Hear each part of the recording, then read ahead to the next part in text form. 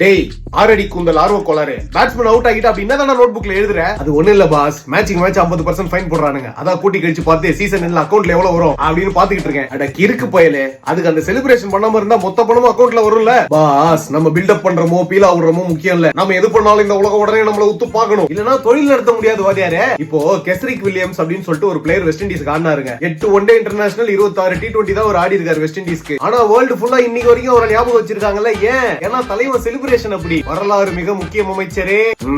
நீ தெளிவா தான் இருக்க, பொழைச்சுக்குவேன். எப்படி அடுத்த மேட்ச் உன்னை பேன் பண்ணிட்டாங்க, ஆட மாட்டேன். அதுக்கப்புறம் ஆர்சிபியோட மேட்ச் வருதுப்பா. விராட் கோலி விக்கெட் எடுத்துட்டு இந்த மாதிரி செலிப்ரேஷன் ஏதாவது பண்ணி தொலைக்காத. நீ சொன்ன அதே கெஸ்ரிக் வில்லியம்ஸுக்கு விராட் கோலி என்ன பண்ணாரு தெரியும்ல? Flashback.